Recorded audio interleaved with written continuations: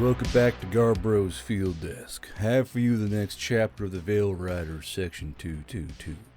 Be sure to comment down below. Be sure to subscribe and follow for the next chapter of all the next books we have coming out and chapters and yada yada. Stop by the coffee link for donations. If you feel like donating to the channel, a little bit of money, it does help because YouTube hates my guts and limits every fucking video. There are also Oni Girl keychains for sale on the coffee, as well as patches. And I think I have one or two Rommel-chan keychains left. I don't know, depends on what's there. There's also buttons and stickers, but let's go ahead and get into the chapter. And this will be Chapter 13, Clans and Fae.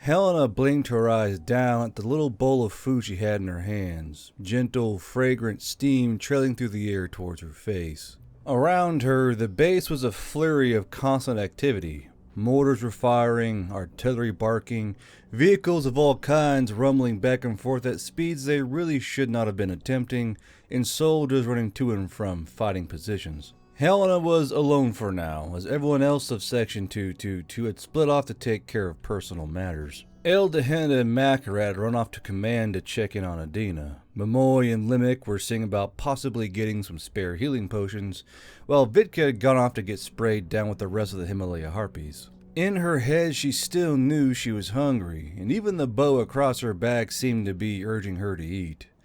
After a few minutes, she managed to spoon a mouthful of brothy chicken and root vegetables into her mouth, and she chewed, despite the fact she couldn't even find the mental power to taste it. As she chewed, she reached up and brought a finger to her new eye patch, her fingernail bringing forth a light metallic note as she tapped it. Damaged and broken. Helena sighed out after she swallowed, craning her head back to look up at the smoke-stained sky. Damaged, yes, but not broken. A male voice said behind her, and Helena tilted her head to her left, looking up at the human as he sat down on the crate next to her own. Helena knew this one of the sons of Odin, from his odd facial paint and a large axe he set down on the ground between them. "Why do you believe you are broken, Helena?" he asked, setting his own bowl of food on his thigh and scratching at his nose. Helena half shrugged, twisting her lips as she looked back up to the smoke trails. I haven't been able to make a correct decision for what feels like months. "From what I've heard of you, you are a warrior without peer," he said, poking at his bowl a bit before spooning some of the food into his mouth. He continued to speak while chewing. "Slayer of nobility, rescuer of princesses, liberator of the oppressed, and a fine shot with a funny stick and string." Helena smiled sadly, then looked away from the sky. You should know, human, that the fables and tales are never the entire story. "I do," he said flatly, looking ahead at the grass where she was staring as he swallowed. "All warriors know the cost of their actions. Kill one man, you kill a son, a father, a loved one of a family. Free 100, condemn 1,000. Save a friend, lose a part of yourself." Helena was startled by this and turned towards the man, who raised a brow and turned towards her, his narrowed eyes a mossy green. She spoke hesitantly. Lose a part of yourself? He nodded with a soft smile. "Not all wounds are upon the skin and limb, Helena. A lot of the wounds we carry within us, festering like open sores upon the soul." What do you even do to fix it then? Helena said numbly as a dwarven ferret kettengrad rumbled behind the both of them, ammunition boxes rattling on the back of it. How do you fix what cannot be healed? Not even the gods have been any use in this regard. He nodded to her, then set his bowl down on the ground. "You heal it by talking about it with people who know the same pain, Private First Class Helena." How do you know my name? Helena asked, afraid he knew far more about her than she would have liked. She blushed in frustration when all he did was point to the name tape on her uniform. As Helena blew air out of her lips angrily, all he did was chuckle. "Makarat asked me to come talk to you. Well, Actually, she asked me to come take the bow away from you, but your NCO asked me to make sure you were doing okay. Helena growled in her throat. What is it with that brim touched and my damn bow? It was a gift, you know. I can't just go around handing off gifts all because someone doesn't like it. Jealousy, perhaps, he said, bobbing his head from side to side. Either way, tell me how the death of Mullen troubles you. What? How? Helena began, but he held up a hand. It is well known by this point, as the story is constantly told and retold, though I doubt Mullen professed his love to you, seeing as to how his wife is in Tallweed. His wife? Helena shouted, suddenly standing and dumping her bowl of food onto the ground. He had a wife? Pregnant, too, he said calmly, just watching her with little alarm to his face. Oh gods, oh fuck. He had a kid and a wife. That's why he wanted to leave them behind. That's why he was so angry. I had no idea what he was talking about in my dream, but now I remember. Helena said in a wheeze, clutching at her hair. Because of me, his child will grow up fatherless, his wife a widow. Oh fuck, Helena gasped out as the son of Odin softly slugged her in the stomach, knocking the air from her lungs and bringing her to her knees. Get a grip, warrior. Helena wheezed out angrily as she glowered up at the human with her one eye. He leaned forward towards her where she sat on her knees. Do not act as if this is the first widow you have made in your life, Archer. You will find no sympathy here, only the cold logic you need from a son of Odin.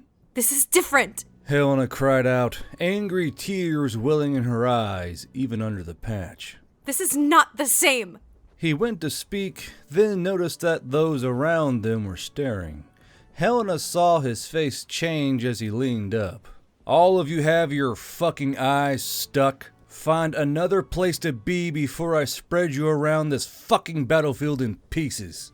Those who were watching suddenly found themselves needed elsewhere, and Boots quickly made time away from the two. As a matter of fact, it was like everyone had left the area within a solid 50-foot circle. He growled in his throat, almost like Helena did earlier, then looked back to Helena. What is the change then, Archer? The fact he was not willing? His own selfishness over the needs of others? What has made this so different for you? He was your friend. Helena croaked, getting back to her feet to stand. He was a sergeant major of the Veil Riders. He was one of the founding. And as such, he knew the risks. The human said coldly, so coldly that Helena almost wanted to step backwards from those baleful green eyes. We all know the risks, Archer. We all know that death is around every corner, every minute of every day, but that does not mean we can constantly weigh and measure ourselves on our mistakes. Helena, despite herself, took a step forward, fists clenched and shaking. My mistakes got people killed, Lone Wanderer. Children died for my choices. Mullen died for my choices. Momoy almost died for my choices. My choices lost me an eye. He watched her as she pressed a palm to her eye and sobbed, but said nothing, only observing. What if it's someone else? Helena finally said with a sob, holding her hands to her face. What if another wrong decision means death for someone else? Whose death do you fear to bear? The human said flatly. Helena dragged at her eyes with her palm, then sniffed, slapping her thighs with her hands. Everyone's? Vitka, Eldehinda, Momoy? What if I get another human killed? Have you never lost anyone before? He asked, squinting at Helena curiously. You cannot be this tender to the loss of a brother in arms after so many years of campaigning. Helena shrugged again and held out her hands as she spoke. I mean, yeah, we lost people from time to time, but never to anything I did. I didn't make decisions, I just followed orders. The human pressed his lips together as he watched Helena, then pulled the crate she had been sitting on around in front of him. He gave it a pat with his hand, asking Helena to sit without words. Helena swallowed, then stepped over the crate, sitting down face to face with the human. Well, sort of. He was still taller than her even while seated, but it was as even as it could be.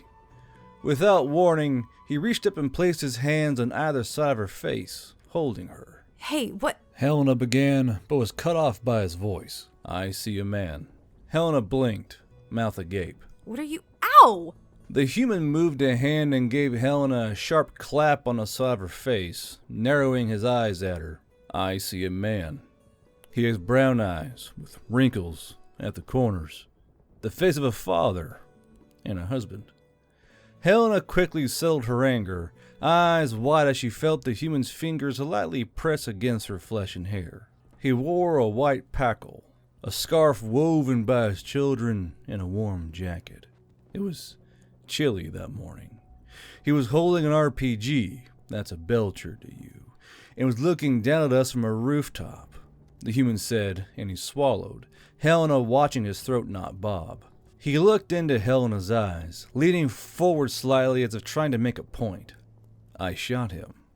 I got blood all over that nice scarf and that warm jacket because if I didn't shoot him, he was going to kill me and my friends. I shot him because I had to. He smiled to Helena, then raised his brows, using his thumb to brush some hair away from her eyes. Helena began, feeling her throat suddenly go thick. I see a man. Mm-hmm, the human said, nodding softly. And what does he look like? Helena swallowed. He's an elf. He's holding a fire extinguisher because there's a fire in the barn where we crashed. Helena closed her eyes, feeling her throat getting tighter with an ache. He's worried about horses and the fire. He's talking to Mullen and wants to help, but he tells Mullen what he wants to know and tips his hand. So Mullen tells me to kill him. I shot him in the eye. His death was quick. Helena exhaled raggedly, sniffing. I had to kill him because I was ordered to, despite me thinking it was a bad idea and that he could have helped. He could have also betrayed us, so I'm not bothered too much by it, but I think it would have been better to give him a chance. He was just worried about the horses, is all. I see a boy. Helena looked up sharply to the human, and this time there was no edge to the man's eyes, only palpable regret. He is young, the spitting image of his father. He wears his fine hat, his bloody scarf, and the warm jacket. It is days after the ambush. Same village, just passing through to another area, he says, his own voice becoming thick and hushed. Helena froze, her heartbeat thumping in her ears at the same rhythm as his, the pulse filling her head from his hands. I hesitate. He's just a boy, after all. I can still see his face in my sights, the rage in his eyes. I hesitate and yell at him to stop, even as he pulls back on the trigger of the RPG. You didn't shoot him. Helena breathed out.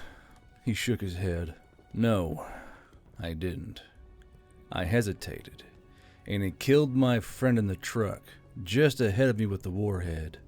That little boy killed 5 troopers with a fluke shot. When I got up from the ground, the boy was still there, looking at the carnage he had wrought, and I shot him, right in the chest. How do you live with it? Helena asked, almost beggingly, her voice cracking with the desire to know the answer. All the human did was smile. I don't, Helena. All I can do is accept my mistake and try to do better. There is no fixing the past. There is no atoning for the sins already committed. All you do is learn and try to do better in the future. You cannot remove your mistakes, only live with them and the reasons you made that choice. Helena closed her good eye, then breathed out shakily before opening it again. I see a bunch of children tied down to pallets. They're in a stack.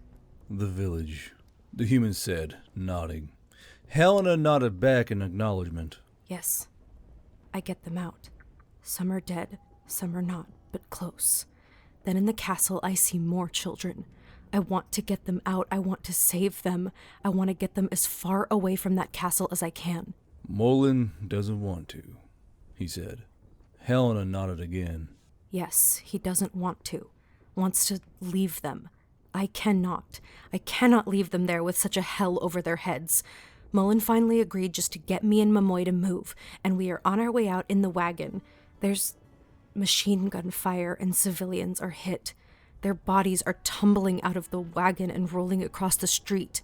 The sobs she had been fighting, as the memory of the escape past the gate flooded back to her, finally broke over the wall.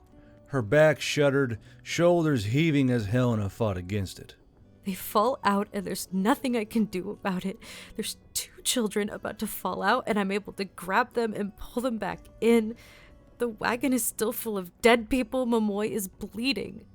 The rescue has not gone to plan, he said, and Helena shook her head from side to side within his hands, her hair fraying around the frame of her face. No, it hasn't. Not like how I thought it would. It's chaos. There's blood all over me and the children are crying. The wagon breaks and some are thrown overboard. Mullen and I get out to rescue them. I'm first back and Mullen has 2 children under his arms and is running to the wagon. He says to take them. You do. Helena nodded her head meekly, now openly crying as tears poured down her cheek and soaked into her eye patch. I do. I take one, then when reaching for the other, Mullen is hit.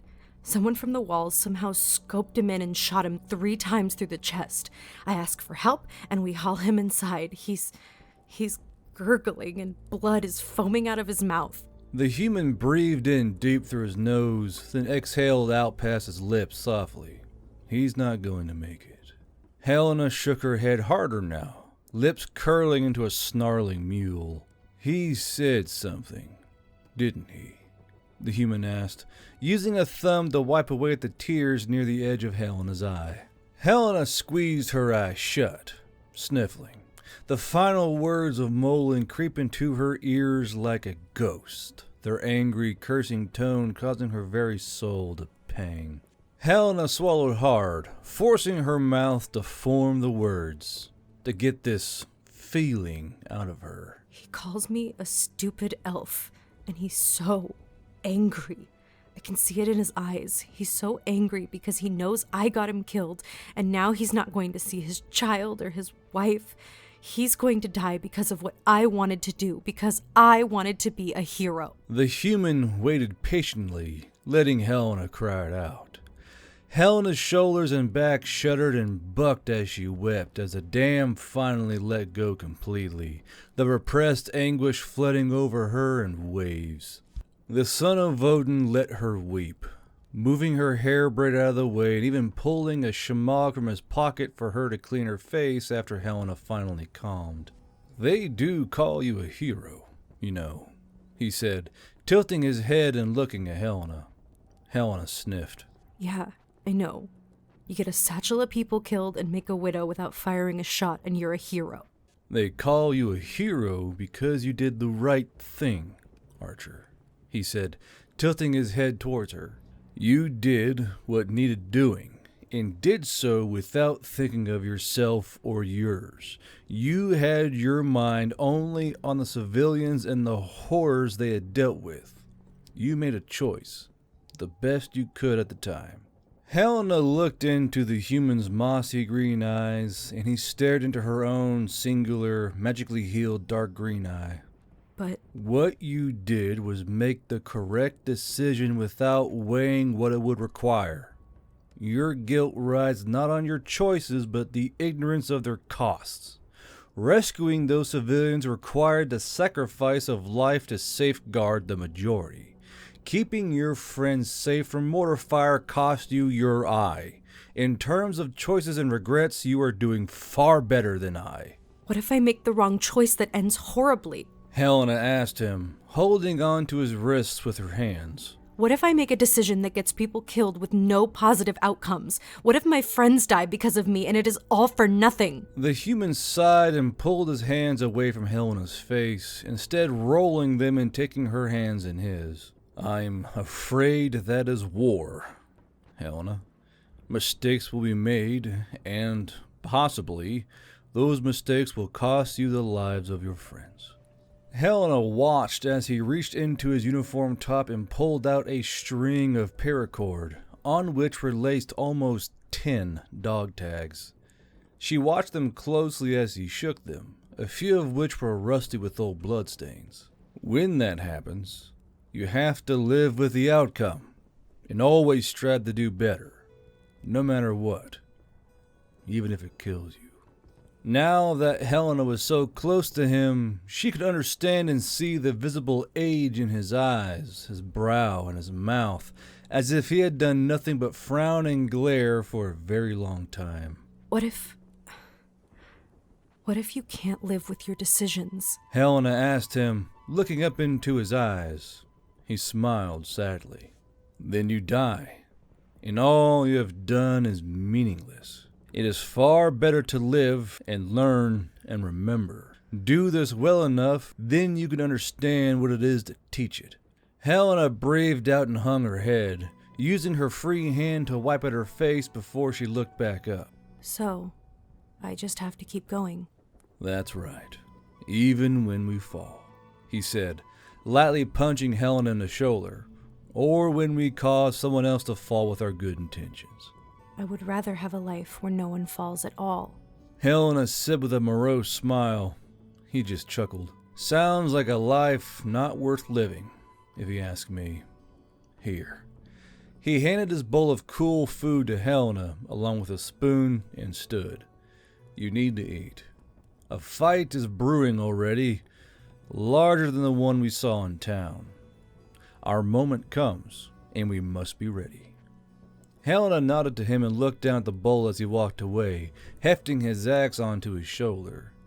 The spoon rolled back and forth in her fingers as she worked her hand in thought, and she dipped it into the bowl of soup, pulling up a tepid mouthful of food. Just keep going, even if we fall. Helena said to herself quietly, blinked her one good eye, then shoved the spoon into her mouth with a grimace. She never liked cold soup. After the cold bowl of soup, Helena had another warmer one from the mess, scarfing down almost half a loaf of bread along with it. When her belly was swollen with hot food and the hunger satisfied, she left the mess area to search for Limerick and Mamoy. Helena mused they must have still been messing around with getting supplies, so she made her way there, dancing through the throngs of soldiers and skipping out of the way of vehicles, her boots light on her feet. Though it had been a short and weird talk with the human, she did feel for some reason better for talking about things that were bothering her, despite the deep well of guilt over Mullen still being firm and angrily present in her chest. Helena saw the massive supply tent in the distance and began to jog, the bow rustling on her back. She made it partially the way there before a hand lunged up near her right and a voice called out to her. Helena! Hey, Helena! It's me! He called out, the Oni standing up from where he sat on a small grassy patch, half of his rifle still in his hand. Helena slowed, blinking in recognition before she slowed to a stop, a bright smile crawling across her face. Saza! What are you doing all the way over here? Saza laughed happily and held out a hand, clasping Helena's. A very rapid and harrowing force march here is what. Giorgio is here too, somewhere. He's helping out with the artillery. I thought you guys were both in tall wheat, though. Helena said, standing up on her boot tips to try and catch a glimpse of the Goliath, Giorgio. Saza shrugged with a toothy exhale. Ah, well. Unfortunately for us, we were about 30 miles out doing some recon work. We got told to make way here with a quickness, so we all arrived barely a few hours ago.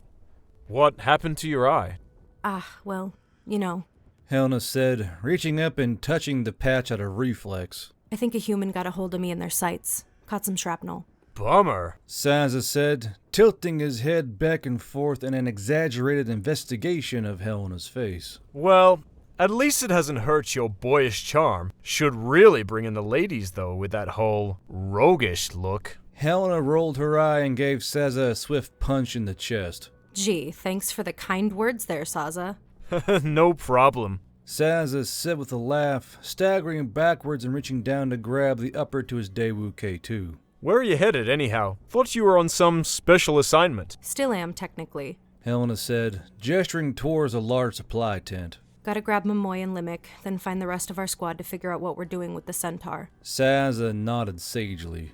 Yes, the noble Erinda. I'm sure Grouch and her are very well acquainted by now. Ow! Helena, who had pulled an arrow from her leg quiver and jabbed Saza in the thigh, kept poking with each of her words. It is not funny, Saza. Oh, okay, fine. Saza cried out with a laugh.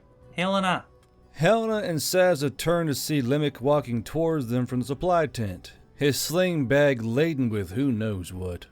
Limik raised a hand. Found some things we needed, luckily. Whole new truck came in with this lot. Where's Momoy? Helena called out, waving for Saza to follow him. Come meet Limik. You might like him. Limik stopped and turned, jabbing a thumb towards the expansive supply tent.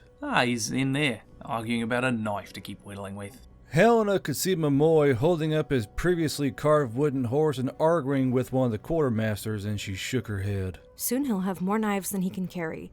I'll go get him, then we can find out where Eldehinda is. She's at the command tent waiting on us. Limik said idly, pulling out a battery and fishing out a dead radio. There's something we can finally do with Erinda or whatever. Helena looked over her shoulder as she walked. Maybe they found the centaurs, eh? Limik raised a brow at her as he popped in the fresh battery, then brought his eyebrows together as Helena stopped, still looking over her shoulder. What is that? Helena said, pointing to the sky, her ears perked. There's something up there a ways. What is what? The little flashing dot on the supply tent? Limik asked, pointing to something Helena couldn't even see. A flashing dot? What flashing dot? I can't even see anything. Helena said, whipping her head back and forth from the sky to the supply tent. Saza shrugged. I can't see either of what you guys are talking about. Yeah, there's a little light pulsing on the supply tent canopy. You guys can't see that? Limik said with a laugh, still pointing to whatever he was looking at. Must be one of the humans or dwarves testing something. Yule! Gremlin yelled, shouldering into the door to his office with enough force that it bounced off the wall with a shuddering warble.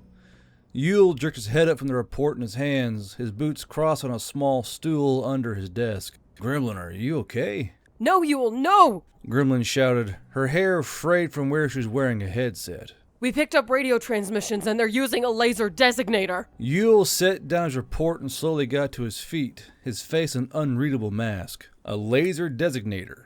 Where and for what? Ors! Gremlin gasped out, holding up her booklet in her hand. They have a longbow! A fucking longbow? Yule said quietly, splaying his fingers out on his desk. No. How? Sergeant Major! A voice called out down the hallway, and a ragged Ferengi came into view of the door. Sergeant Major, the base at Oars has been hit. Yule came around from behind his desk, striding with purpose towards Ferengi. What all has been destroyed? The main supply quarters. Ferengi said with a gasp, holding on to his ribcage. Section 222 spotted what they believed to be the longbow, but it was too late. The missile came down and blew everything to Cringe's mercy. There's nothing left. All the spare ammunition for the forces are gone, as well as the medical supplies that hasn't been handed out yet. Yule was silent as he glared down at Ferengi, then turned to Gremlin slowly. Our cousins are proving effective. Likely they expect me to overreact, pull more forces to oars, weaken our hold elsewhere. I share the same thoughts. Gremlin growled, slamming her fist down onto Yule's desk. None of the Harpy scouts even saw them. Didn't even smell them. They were within sight of the base and no one even knew. Yule smiled sadly. Yes, well, we are good at what we do, us sneaky humans. What are we going to do, Yule? Gremlin asked, setting her other hand down to the desk as she leaned on it. They're going to attack at night. I just know they are. Yule leaned his head back, breathing in as he thought, then leaned back against his desk. Get me in contact with this Erinda lady, then get me on the horn with the dwarves. As much as I hate to say it, oars may be on their own. We pull any Hueys towards them, that longbow will turn them into scrap without cover from the ground or sky. Yule, we could lose this. Gremlin said with an air of desperation. They have an Apache. Yule nodded slowly, pressing his lips together. Yes, they do. At the same time, we have magic, and it's time we learned how to use it properly. Let's go, Gremlin. Work to do.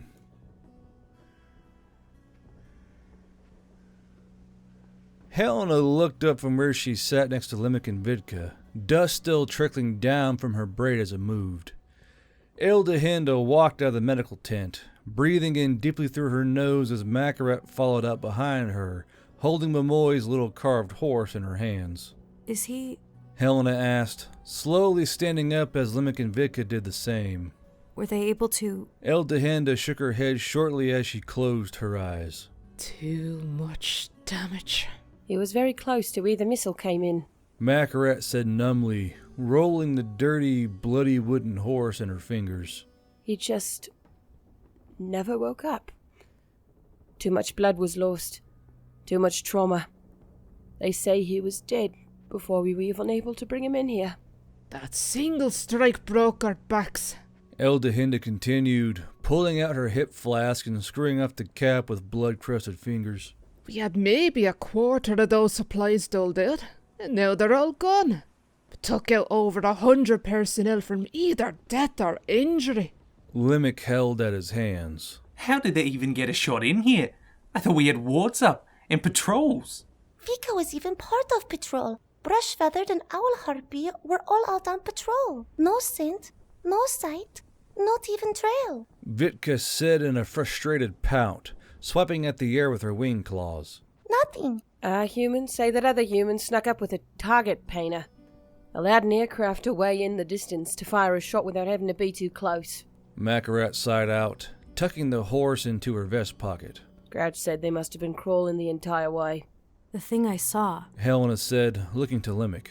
and your little dot you kept seeing. Eldehinda nodded. They call it a longbow, an extremely advanced helicopter that can wreak absolute havoc if not challenged. It came up when they were ready, waited, fired, then retreated when its work was done. What happens now, Staff Sergeant? Helena asked. What do we do? Do we get Adina out of here to avoid a dignitary getting killed? Eldehinda shook her head. Don't need to. She spoke to Yule himself and took off on her own. She's not our problem anymore. Recon elements have seen movement all over. They're going to push in on all sides and attempt to crush us. Like a berry between thumb and finger. I would be willing to wager that they are going to press in on the city, keep all our heavy hardware occupied while they sweep in on our flanks. Limik said with a groan, flicking one of the grenade rings that were looped through the holes in his horns. We're getting more reinforcements, right? No, Eldehinda said dourly. nothing that would really help. We have a large traditionally armed force on station, with stragglers trickling in, pike and spear, bow and javelin. Currently they're under command of Orcs' city captains, and they're drawing up every free body to try and hold back the Orcs. Everything else is pushing south and west to hold the lines. Our northern flank is going to be held by a normal army? No guns? Just bloody spears and swords? Limik said with a guffaw, looking to Eldehinda as if she was mad. What good is that going to do? Eldehinda took a swig from her flask, thinking to herself as she swallowed the burning liquid. It's going to buy us time. Time for... I don't know. More humans in hiding to show up, maybe? Don't they have helicopters from Tallwheat? Makarat asked, turning to look at Eldehinda. They could just fly in and drop off soldiers and supplies, right? Command isn't risking them. Eldehinda said, slowly screwing the cap of her flask back on. This longbow can knock them out of the sky like flies without something there to give them cover. They're trying to get something up, but there's not much they can do until that thing is torn out of the air. I know the senior warcasters are setting up magical barriers. They've been experimenting with a few things and think they can keep the longbow at bay for a time. Makarat said, then sighed deeply as she kicked at the grass. Who knows how long that'll be, though. Where are we going to set up at, Staff Sergeant? Limik asked. He went to say something else, but he fell silent as a team of medical staff were pulling open the flap to the tent. The surviving members of Section 222 all turned to look as Momoi's sheet-covered body was carried out on a stretcher, his exposed hands and arms tied by the fingers so they lay on his chest, his wielding knife laying just under them.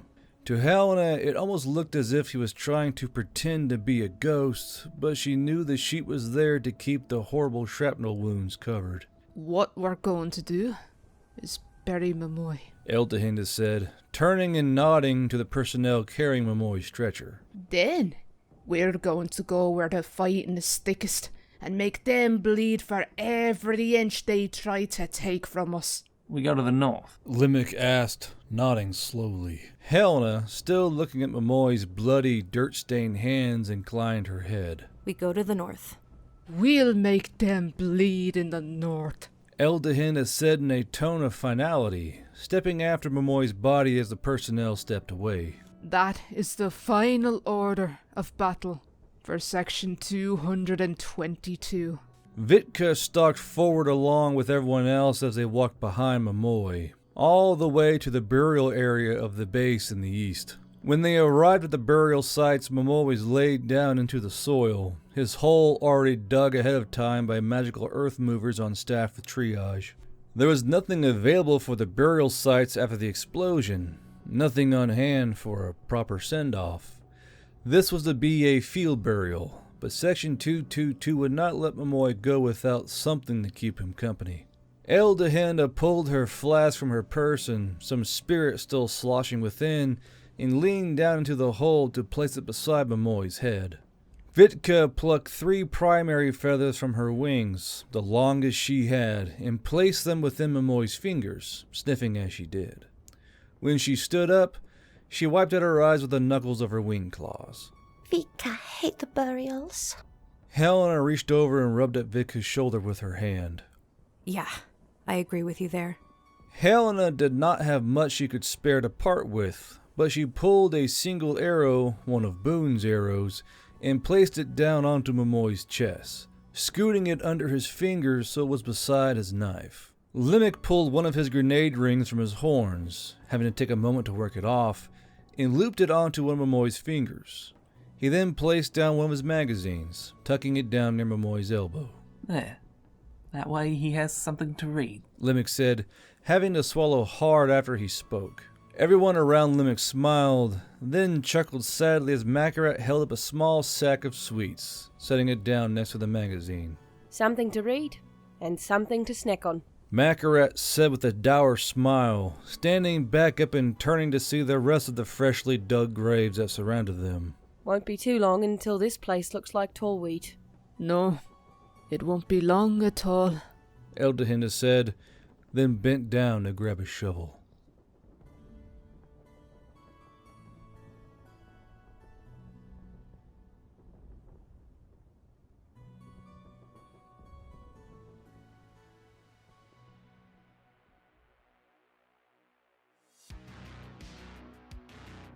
And that's the end of Chapter 13 of Section 222. If you like this story and others like them, be sure to like and subscribe to the channel of Garbro's Field Desk. Join the Discord for other fun shit like teasers and just fucking probably just giving me shit. But it's what most folks do in the Discord, it seems like. If you want to support the channel, you can go to the coffee, you can donate $1. You can buy a sticker, you can buy a keychain, whatever you feel like to help support me and the VAs. Because YouTube is absolute dog shit. They never help me out whatsoever. So it really relies on you guys to help, kind of buffer the bullshit. You know what I mean? But before I forget again, which I'm definitely not recording at 7:23 p.m. because I may have forgotten the first time, there are some people of note whose names must be addressed, and that is those who are with the membership tiers. These are the people who give every month with a subscription to help keep the channel consistent. It does do a lot for consistency. I can look and tell, okay, here's what I can give them.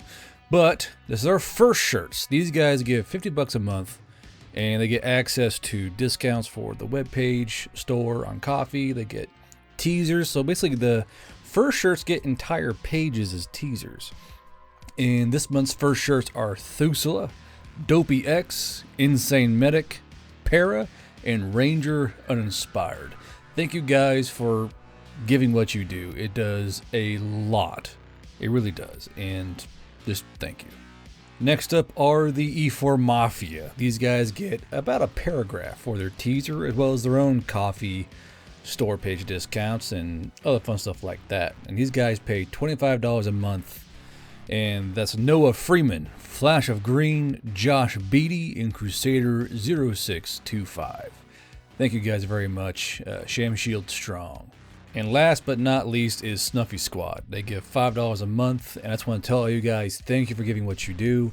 I know one of you over here has given like $150 so far in $5 subscriptions, which is, insane. So thank you. Appreciate that.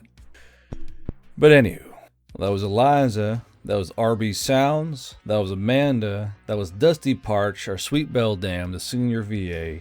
That was Vin. That was Fire. That was Danger. And this is Garbro's Field Desk.